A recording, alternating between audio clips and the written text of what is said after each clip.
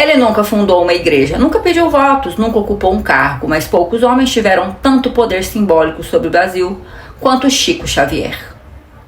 E é exatamente aqui que muita gente erra.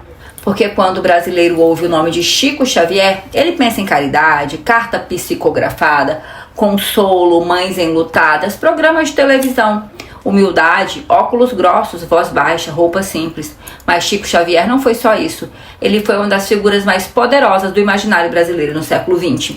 Eu não estou falando de poder político formal, estou falando de algo mais profundo, mais perigoso e mais raro.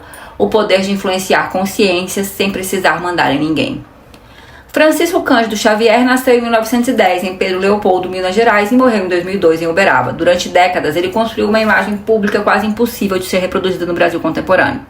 A do homem que falava pouco, aparecia pouco, não ostentava luxo, não vendia espetáculo e ainda assim arrastava multidões. Ao longo de 60 anos, foi o nome associado a mais de 490 livros psicografados.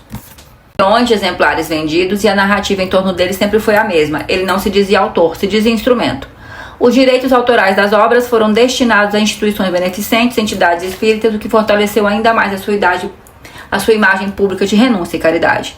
E aqui começa o ponto central do vídeo. No Brasil, o poder mais eficaz quase nunca é o poder que grita. É o poder que parece pureza. Chico Xavier não foi importante apenas porque psicografava. Ele foi importante porque surgiu num país marcado por desigualdade, luto, catolicismo popular, sincretismo, medo de morte e uma necessidade desesperada de sentido. O Brasil do século XX era um país em que milhões de pessoas enterravam filhos cedos, perdiam parentes sem explicação, conviviam com pobreza, violência e ausência de respostas. Nesse cenário, ele ofereceu algo que a política não oferecia, que a medicina muitas vezes não oferecia, e que nem sempre a religião institucional conseguia oferecer: consolo personalizado. Não era uma teologia abstrata, era a promessa de que o morto podia falar. Era a ideia de que a dor podia ser respondida, era a sensação de que o invisível ainda podia ser tocado.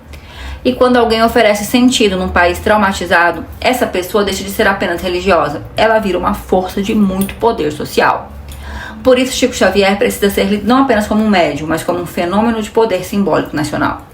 Enquanto políticos dependiam de palanque, partido, jornal e máquina pública, Chico Xavier dependia de uma mesa de papel e de credibilidade moral. Enquanto líderes gritavam, ele sussurrava, e às vezes o sussurro molda mais o país do que um discurso. A prova mais clara disso apareceu em 1971, no histórico programa Pinga Fogo da antiga TV Tupi. A entrevista com Chico Xavier foi um acontecimento nacional. A edição de 28 de julho de 1971 tinha previsão de 60 minutos, mas estourou o tempo e virou um marco. A audiência reportada chegou a 75% do share, um índice extraordinário para a televisão brasileira. A repercussão foi tão grande que ele voltou ao programa meses depois. Pensa no tamanho disso. Pensa em plena televisão brasileira do início dos anos 70, que a TV era o auge. No auge de um país autoritário, tensionado, censurado e emocionalmente ferido, um médium virou audiência de massa. Não um cantor, não um craque, não um presidente, um médium num país católico. Isso não é detalhe folclórico, isso é o sintoma de um país. Ali, Chico deixou de ser apenas uma referência do espiritismo e virou patrimônio emocional do brasileiro.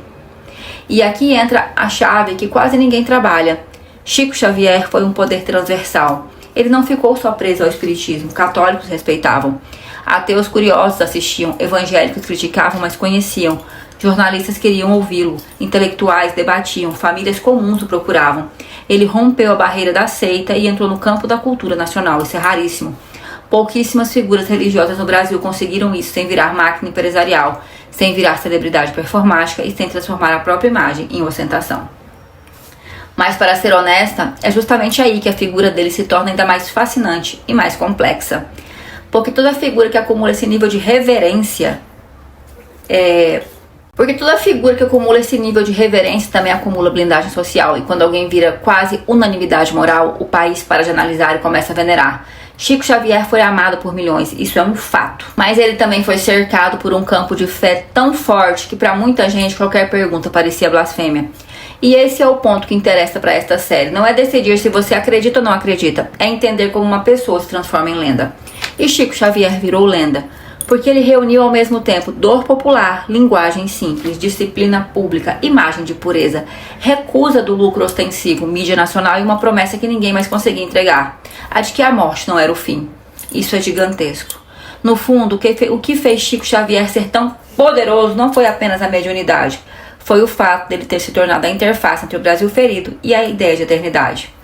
E por isso, ele não cabe numa explicação simplista. Para uns, ele foi um homem santo, para outros, um médium extraordinário, para outros, um fenômeno psicológico e cultural, para outros, uma construção da fé coletiva brasileira.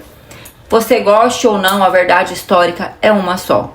Chico Xavier não foi apenas um líder religioso, ele foi uma das maiores autoridades morais e informais que o Brasil já produziu. Sem partido, sem mandato, sem igreja própria, sem exército, sem televisão, sem fortuna como marca pública.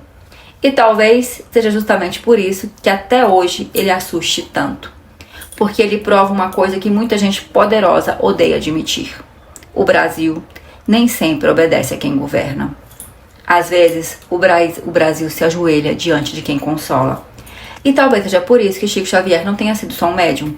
Ele foi um dos homens que melhor entenderam e melhor encarnaram o poder invisível do Brasil.